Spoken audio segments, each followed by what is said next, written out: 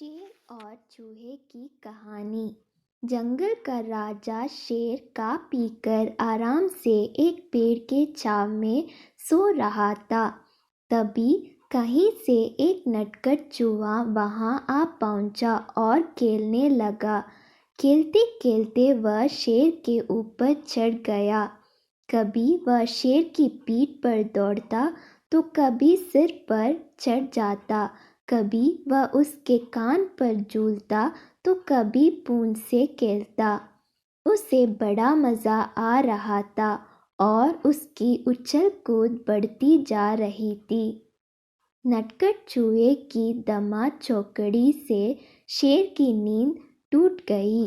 आंख खोलकर उसने देखा कि एक छोटा सा चूहा उसके ऊपर खेल रहा है। उसे बहुत गुस्सा आया और उसने चूहे को अपने पंजे में दबोच लिया। शेर के पंजे में आते ही चूहे डर गया और तर कांपने लगा। शेर बोला, बदमाश चूहे, तेरी इतनी हिम्मत कि तू जंगल के राजा शेर की नींद में कल्लल डाले। अब तेरी खैर नहीं, मरने के लिए तैयार हो जाओ।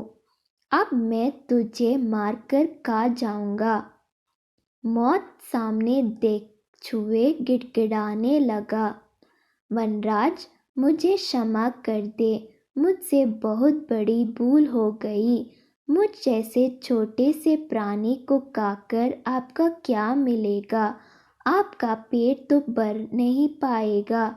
कृपा करें मुझे छोड़ दीजिए। अवसर आने पर मैं अवश्य आपके काम आऊँगा।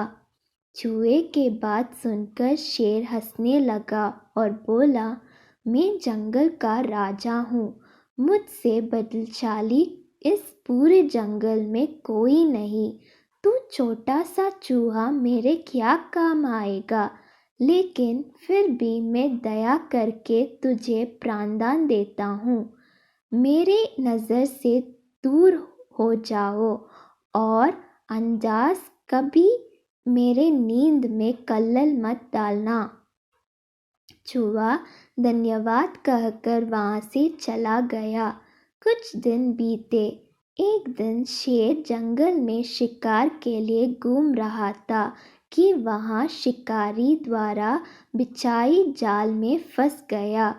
उसने बहुत प्रयत्न की किंतु जाल से बाहर नहीं आ पाया। वह मदद के लिए दहड़ाने लगा। शेर की दहाड़ वहाँ से गूंज कर रही और एक चूहे के कानों में पड़ी। यह वही चूहा था जिसे शेर ने दया कर प्राणदान दिया था। चूहे दहाड़ की दिशा में गया तो शेर को जंगल में फंसा हुआ पाया।